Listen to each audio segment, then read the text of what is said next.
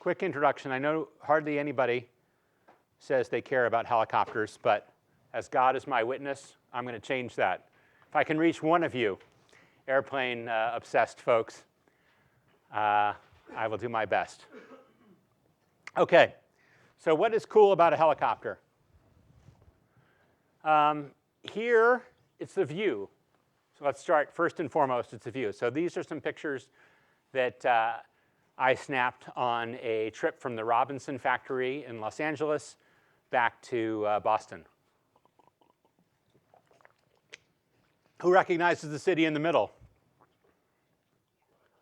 Ooh, some Midwesterners here. Chicago, indeed. All right. Of course, this is the data center where we will be tomorrow. Remember that. 32141. All right. What are the parts of the helicopter? If you're between ages 3 and 5, it's acceptable to call the thing on the top the propeller. But older than that, it's better to say main rotor system. Tail rotor is in the back. We'll talk about why we need that in a minute. You got to have transmissions in helicopters. The speed of the engine is never the speed that you want, I don't think. And landing gear is kind of nice. Although for record-setting flights, sometimes people have taken them off to try to get a little higher or a little faster. And they just land very gently. OK, so your typical helicopter drivetrain will have transmissions for both the main rotor, and they'll have another transmission to adjust the speed of the tail, maybe gear it back up a little bit. This, unfortunately, does introduce another source of unreliability. So in the airplane, you've got your engine. It's bolted to the propeller. As long as the engine's turning, it's hard to have a problem. The propellers don't generally just come apart in flight. But here with the helicopter, you might have a working engine and a working main rotor, and the transmission, all the oil might come out and the gears seize up. So you've got to, there's a couple warning lights in there for when you're having a transmission problem. This is the rubber belt system that's used in some piston helicopters. I think this is probably a drawing off of a Robinson, but basically you have pulleys on the engine side and on the drivetrain side, and you have these rubber belts connecting them. So you can start your engine with the belts loose and then tighten them up when you want the engine to begin driving the rotor system. That way you don't have to have the little starter motor actually turn all the rotors and stuff. All right, how does it work? So Tina is a hard act to follow with my cave person computer programmer's understanding of lift. But if you assume that lift is a combination of Newton's third law and the Bernoulli principle, that the sped up air has more kinetic energy, therefore it has to have, for conservation of energy, it has to have less of something else. It's going to have lower static pressure. So here's one of the FAA's diagrams here, right? You have velocity and pressure that are equal. They go into the venturi. The velocity is higher. The pressure is lower, so the energy of the air is still the same. And it comes out again at the same velocity and pressure. So you're getting lift from the wing from both Newton's third law, just pushing air down, makes the wing go up, and the Bernoulli principle of generating some low pressure. This is the same drawing you saw earlier of how when you exceed a certain critical angle of attack, depending on the airfoil, your lift party comes to a quick end. Doesn't go away completely, but it's a sudden drop. Angle of attack. So remember, there's your chord line. There's your relative wind, 4-degree angle of attack, and a reasonable amount of forward speed. Remember, the lift varies as the speed squared. Will have you going. And if you want to fly slowly, you just go to higher and higher angles of attack. So why not hover in your Cessna 172 and save yourself the trouble of getting a helicopter rating? It's because, off the right end of this chart, you quickly get to the stalling angle of attack, and the plane doesn't fly anymore. So there's an FAA drawing, I think, from the pilot's handbook, where the airflow becomes turbulent somewhere between 12 and 16 degrees angle of attack, depending on the airfoil. And that's why the Cessna can't be used for hovering operations. All right, what if you saw the wing off the Cessna and spin it around? So if you do that, the wing will always have airspeed even if the fuselage is not moving. And that was an idea that was first reduced to practice in 1907. So only 4 years after the Wright brothers flew, a couple guys in France were actually hovering a little bit in a helicopter. The first helicopters that could be flown and controlled and actually operated as a practical aircraft, I think mid-30s in Germany. And then Sikorsky is famous for being the first mass producer of helicopters with the Sikorsky R4. It was used for a few operational purposes in World War II, search and rescue type stuff. But really, the Korean War was the first time that helicopters were widely used by the military. All right, let's talk about very simple qualitative physics here. We're spinning on the ramp and we're hovering. We're spinning on the ramp. So we spin the rotor system up to 400 RPM, but we're still on the ramp. So does anybody have a brilliant idea for how do we get up into the air where we want to be? If we're not going to increase the RPM, change the pitch of the main rotor system. Okay, excellent. So what's your name? Sorry. Aziz. Aziz has the correct observation that if you want to get the same lift out of a wing without changing the speed, we don't want to speed up too much because the tips will go supersonic and the neighbors will begin to complain. So we just twist the blades up a little bit, and as they're twisted up, they'll bite more air, generate more lift, and the helicopter will begin rising up. What will happen to the speed? Let's hear from one of these aero engineering heroes. As we generate more lift, what happens? You now have more drag on the rotors, so the engine will slow down. More lift, more drag. So without adding more power, the engine, without adding more power, the blades will slow down. So you want a correlator. As you're lifting the collective control on a helicopter, the correlator is opening the throttle and adding more power automatically. And there's also an electronic governor that'll just touch that up a little bit by watching the RPM. Turbine helicopters all have governors. Most Robinsons have governors as well. All right, so what if we are parked on ice? Has anybody here seen my favorite movie, Blades of Glory? So when Will Ferrell and his partner, what if they're on the ice and they push each other? What happens? Both go backwards, right? The pusher and the pushee. So keeping in mind Blades of Glory, an important physics work, what if we're parked on the ice? What happens to our helicopter after we start the engine and start the blades spinning?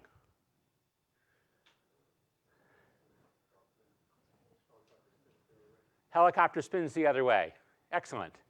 Yeah, so that's Newton's third law once again, right? For every action, there's an equal and opposite reaction. You're not going to see that as dramatically if you're parked on pavement because of the friction. So what do? We add the tail rotor. So yeah, here are the forces up here. There's the blade rotation. There's the torque. To counteract the torque, we've got the tail rotor thrust to blow the tail back into position. And the only thing here that's not corrected, you'll notice, is the tail rotor thrust. So if you set everything up the way you would think obvious, like put the rotor mass straight up and put the tail rotor on it, the whole helicopter with the controls neutral would drift to the right from the tail rotor thrust. So, right, because it's pushing the tail. The helicopter wants to rotate.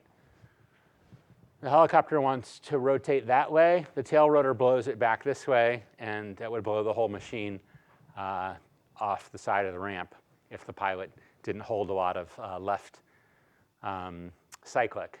So to counteract that, the helicopters are rigged with the mast at a slight left angle so that they don't have this tendency to go off to the right. What does the governor do? The governor, okay, yeah, so let me reinforce that. So yes, as you generate lift, you get more drag, which will cause the blades to slow down.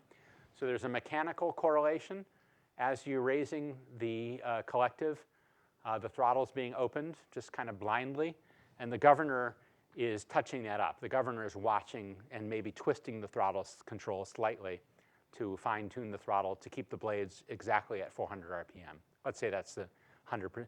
For a pilot, pilots are, you don't want to distract the pilot too much, so the gauge is just calibrated in percent. It's 100% RPM. That's good. That's all you need to know about your helicopter.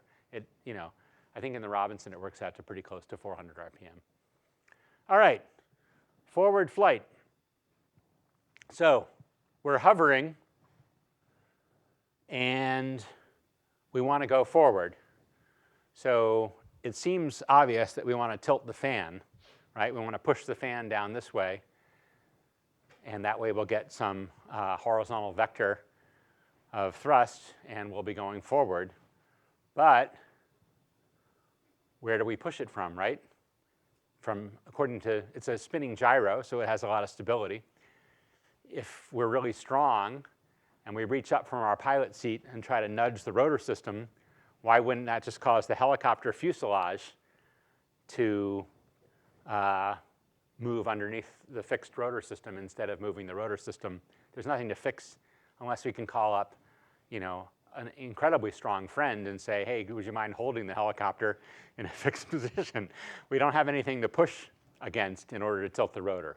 Does that make sense? You got this gyro on top of you and disturbing it is going to take a lot of power. And even if you had the strength, you don't have anywhere to stand rigidly and push. So what do you think? Could the rotor just fly itself into a new position?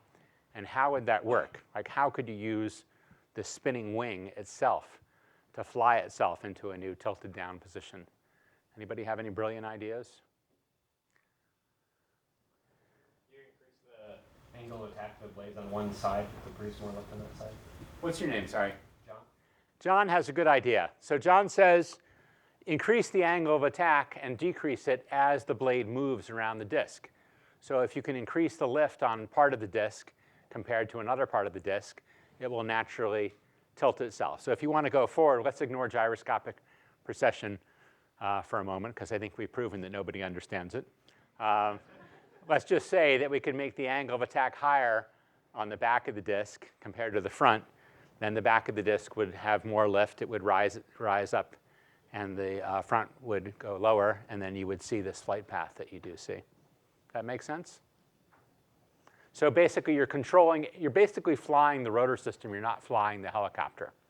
The helicopter's just hanging from the rotor system. That's a good mental model. And all the power is from the engine to the rotor system. So that's a natural place to do it, just by tweaking the blade angle as it rotates around. So left hand is collective, moving the blades angle regardless of where they are on the disc.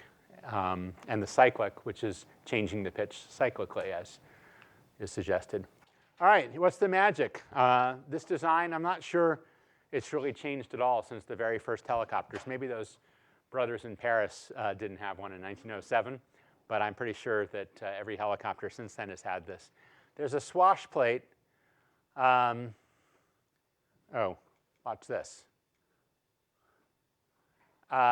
So the lower part of the swash plate here is fixed and connected to the flight controls. And then there's a bearing, and the upper swash plate rotates with the blades. Does that make sense? So if you lift the lower swash plate up, that pushes the upper swash plate up, which pushes these rods that are connected to a corner of the blade, and that'll cause the blades to tilt. Does that make sense? So you have this rotating swash plate that's connected to a corner of the blade. And if you push the whole thing up by yanking up on the collective, then you can see the blades actually twist. You can do that in the hangar and see the effect of this. At the same time, in your right hand is the cyclic. And with the cyclic, you're tilting the swash plate. So with a tilted swash plate, that will just cause the blades to tilt up. It'll cause the blades to twist up and twist down as they rotate. So it's a pretty elegant solution. This is not carrying much of the load of the helicopter. There's still a mast holding the whole thing up. This is really just has to carry enough force to twist the blades up and down, up and down, up and down. So that's your engineering design. Everybody appreciates that? Okay. Do we want to take off straight up, like in a Hollywood movie? Well, if you have 1 or 2 people in a helicopter designed for 4 or 5, that you actually do have enough power to do that. However, there's something over here on the right called the height velocity diagram. And you can see it says avoid operation in shaded areas. So they're saying, we'll talk about this maybe a little later if people are interested. But if you are, let's say, up at 200 feet at 0 airspeed, so you're just parked hovering 200 feet above the ground, you don't have huge stores of forward speed, which is a kinetic energy, or potential energy because you're only up 200 feet. So it's going to be hard to do an auto rotation that's perfect and doesn't bend anything, especially because the FAA says if you're up high like that and the engine quits, in test piloting, you have to sit there with your arms folded for 1 second and do nothing, because that's what would probably happen in real life. You know, you'd be surprised. People can do auto rotations from 200 feet and land perfectly, but they know it's coming. They chop the throttle themselves. They immediately put the collective down, and they do the auto rotation. So, but basically, if you're a pilot of average skill and you don't do anything for about a second after the engine quits, then this is supposed to keep you safe. You either fly 50 knots or faster, or you fly 400 feet or higher at sea level, and higher than that at high altitude.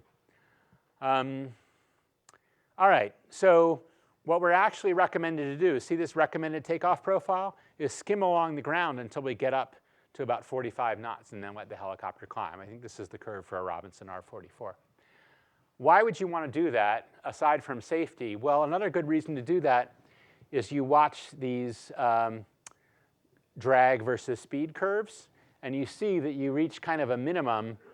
This is some generic helicopter from an FAA book. It's actually 55 knots for the Robinson.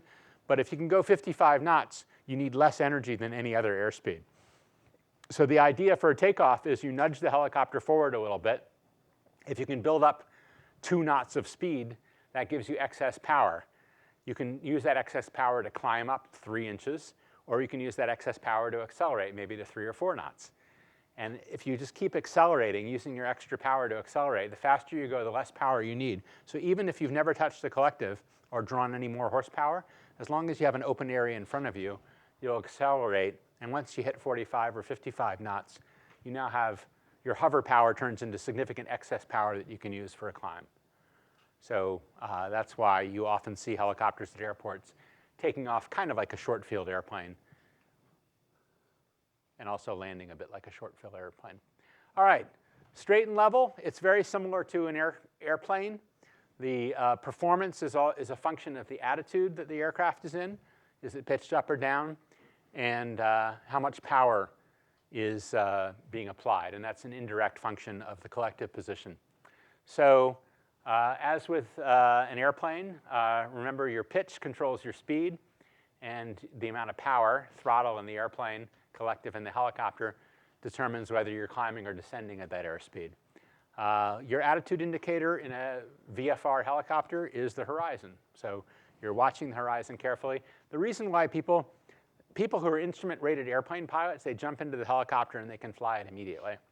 And people who've never flown have a tough time. It takes them 10 hours. And the reason is that people who are instrument-rated airplane pilots, they become very sensitive to watching for small changes in attitude. All right, the anti-torque pedals. Remember, we had that tail rotor, and we adjust it so that the tail doesn't spin around on the ground. In the air, we adjust it so that the helicopter is streamlined into the wind. We don't actually have to use them to make turns. There's no adverse yaw, as in some airplanes, where it'll start skidding, or there's none of that. So basically, or slipping, all we do is, to make a turn, is we put the helicopter using the cyclic into a little bit of a bank, and then we wait. So if we have, let's say a 10-degree bank, the helicopter in 1 minute will make a 180-degree turn. Landing with power. So again, like an airplane, if you see the spot in the ground, you adjust the power so you don't overfly the spot or underfly the spot. If the spot's rising up in the windshield from your perspective, that means you're going to land short, so you add power, raise collective in the helicopter. If the spot is descending, then you're overflying the spot, so you have to reduce power. It's a purely visual maneuver, except when you're landing on a pinnacle. And the reason for that is if you're landing on a pinnacle, you don't get a sensation of your forward speed from the ground rushing by. So the idea in the helicopter is to land, unlike with the airplane. It's actually a little bit less unnerving than an airplane. Some people get a little bit ground shy in the airplane.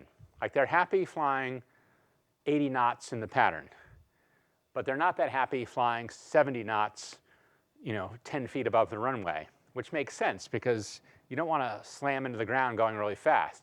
Well, the good news is in the helicopter, you never get to that phase where you're going fast close to the ground, because when you're landing, you just say, in my peripheral vision, how fast is the ground rushing by? And you just kind of keep that constant. Whatever it was up at 500 feet above the ground, that's what you want when you're 5 feet above the ground. And you'll very naturally slow down. You'll do your natural instinct to slow down as the ground begins rushing is a helpful one in the helicopter. So your peripheral vision is used for speed reference, and the spot moving up or down is used for a descent rate reference. And that's, you never have to look inside at the gauges except when you're landing on top of an office building or something. All right, can you land the helicopter without power?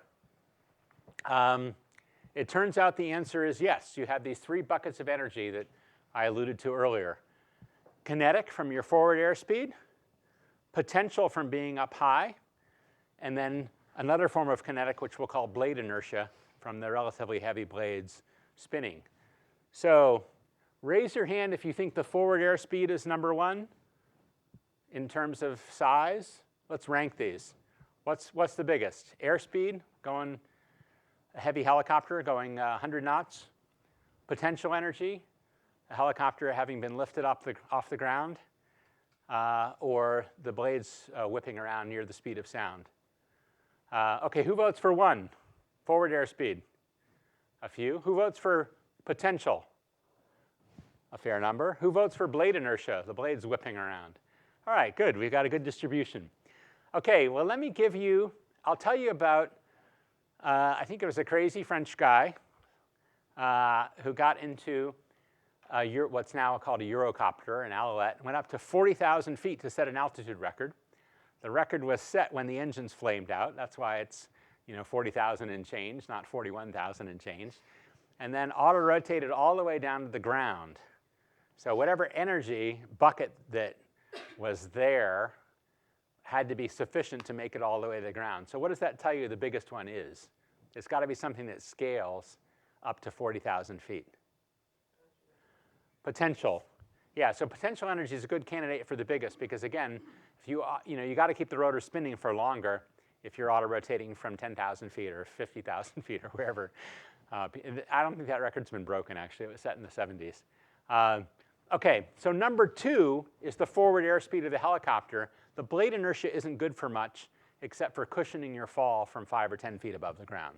So what you do in the helicopter, if the engine were to fail, number 1 reason is fuel starvation from failing to top it off. Helicopters are often short on payload, so people will say, well, I want to take these 7 people somewhere, and I'd be overweight if I filled the fuel tank, so I'll put in half an hour of fuel for this 15-minute trip. Actually, that would be illegal. 20 minutes is the minimum reserve. So I'll put in half an hour of fuel for this 10-minute trip, and then there's a bit of a delay, and you run out of fuel. There's a warning light at 10 minutes. All right, and the good news is you can land in a field, baseball field, pretty easily. All right, so the engine quits for whatever reason. Let's say you've run out of fuel.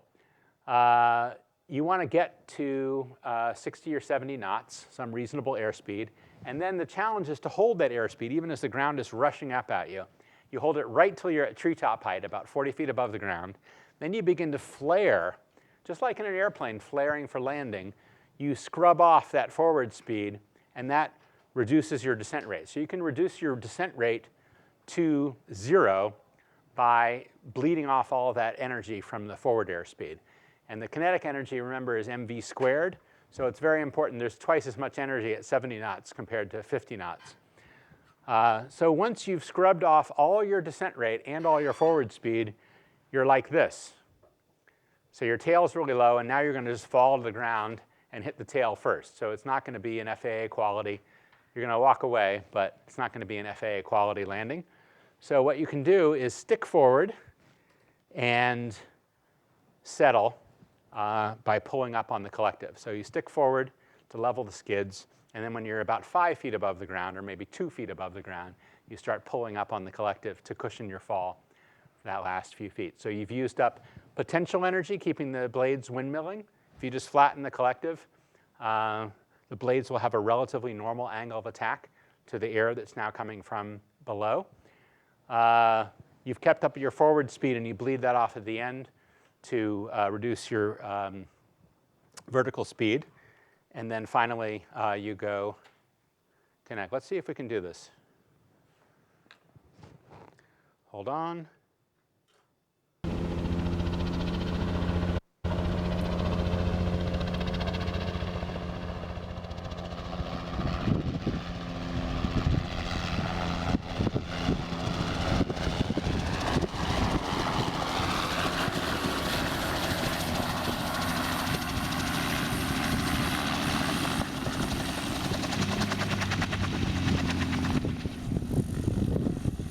All right, the guy cheated. What's the cheat? And I'm telling you the cheat is that you can hear it. You could hear the cheating going on. He landed with 0 forward airspeed. Why? What enabled that? And like I said, you could hear it.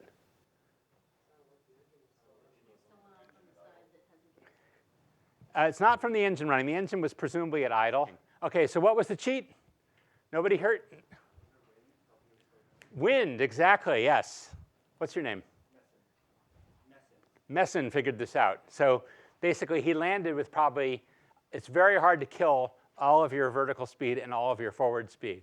So if you go out and it's 15 knots down the runway, you can just get down to 15 knots. And instead of sliding and going down the runway, which is common and not harmful to the helicopter, you'll have a perfect, what looks like a perfect landing. It's very hard. In the big helicopters, like a Huey or something, it's practical to do a 0-0 landing out of an auto all the time. In a Robinson, it can be tough, but the wind helps hugely. And like I said, the throttle is down at idle, so the engine's not really doing anything. Question? The tail rotor was still spinning. Is auto rotating the main rotor driving the tail rotor? It is, yes.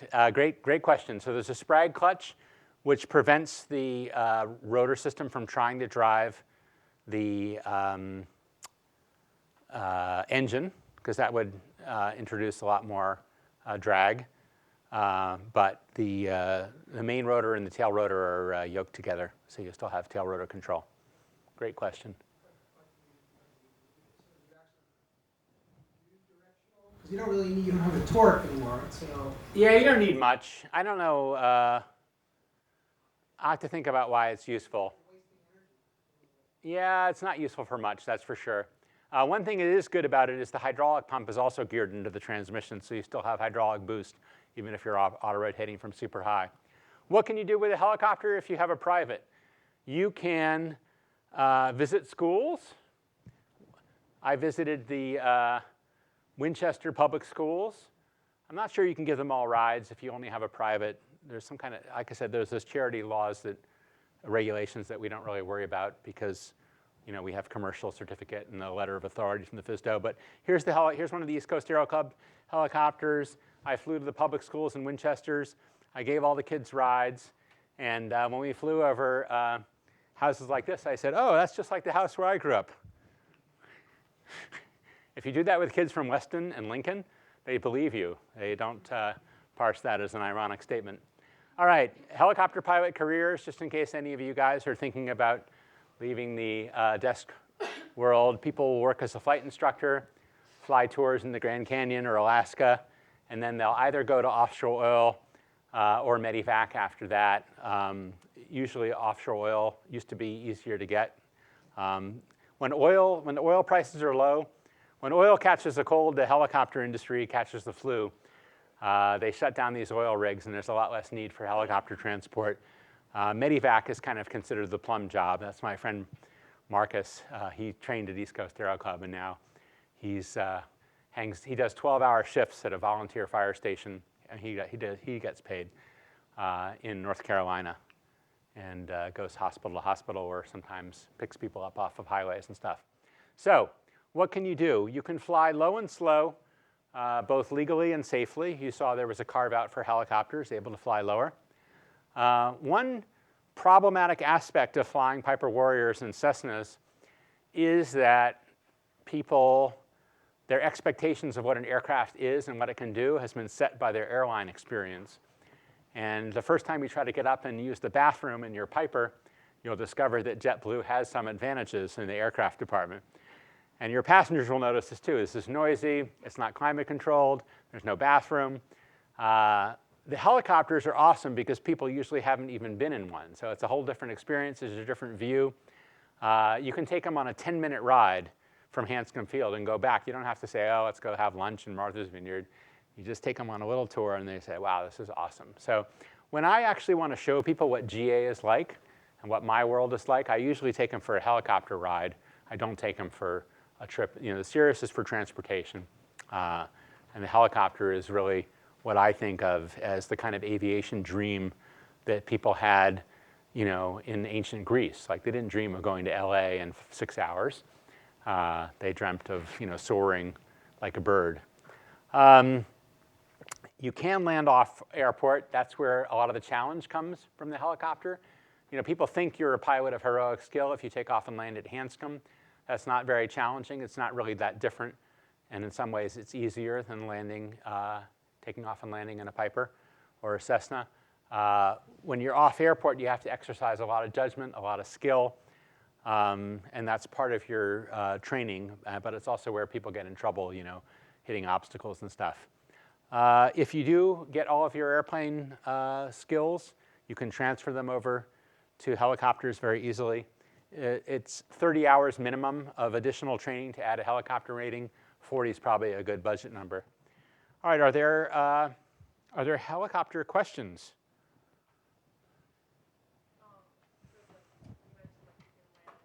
Not in an airport, so who regulates that? Like, can you just pick some field and say, okay, here it is, or like, who's going to tell you that you have permission to land? That is a great question.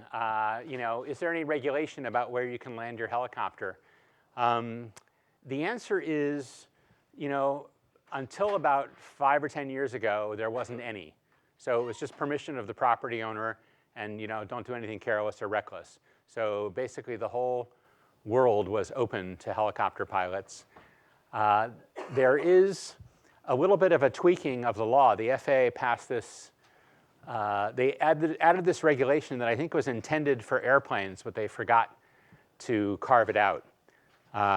So they said if you make more than 10 takeoffs and landings in the same place in a year, then you have to get it approved as an airport with a huge amount of regulation. I think it was intended for like mining companies that would set up their own landing strip.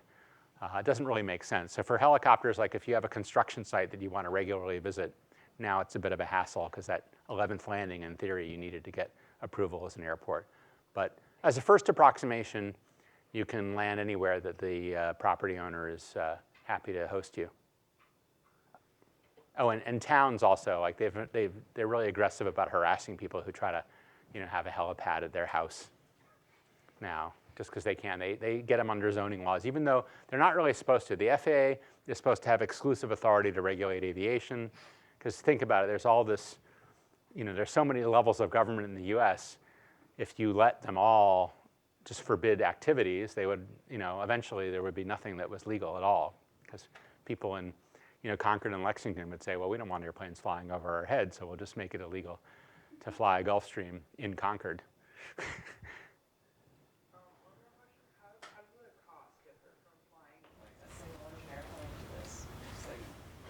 I had that in the earlier slide on learning to fly. The marginal cost is about double. So it goes from 150 an hour to 225 or 100 an hour to 200 because so many rotating components get discarded after 2,200 hours. So the transmissions, the blades, and so forth. So it is more expensive per hour. However, like I also said, the flights tend to be a lot shorter. So I would say as a hobby overall, it's about the same cost because you're not dragging people all the way to the Vineyard or Bar Harbor. You're just taking them into Boston and back out, which is about 20 minutes of flight time and 30 minutes of engine running time. Whereas an intro airplane flight, it would be an all-day thing. You'd probably fly a couple hours, 2 or 3 hours. So you actually probably spend more with the airplane. That's a great question. All right, so I guess we should take a 10-minute restroom break. And after that, we're going to hear from Laz about the F-22.